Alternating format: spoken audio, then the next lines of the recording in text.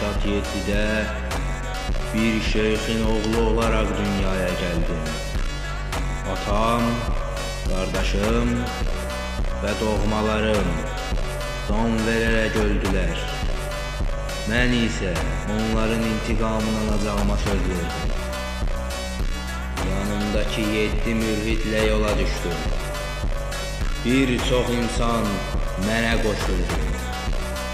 Ata və qardaşlarımın intiqamını aldım.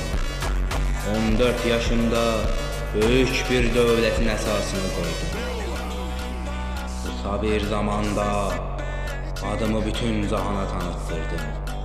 Bir çox insan mənim qılıncımın önündə əyildi. Bir çox şəhər mənim huzurumda əyildi. Adlı sanlı Şeybani xanın kəlləsini mən qopartdım. Babür Şah mənim huzurumda əyildi. Mən o kəsəm ki, şahlar şahı, şahənşah, Şah İsmayıl Xətai.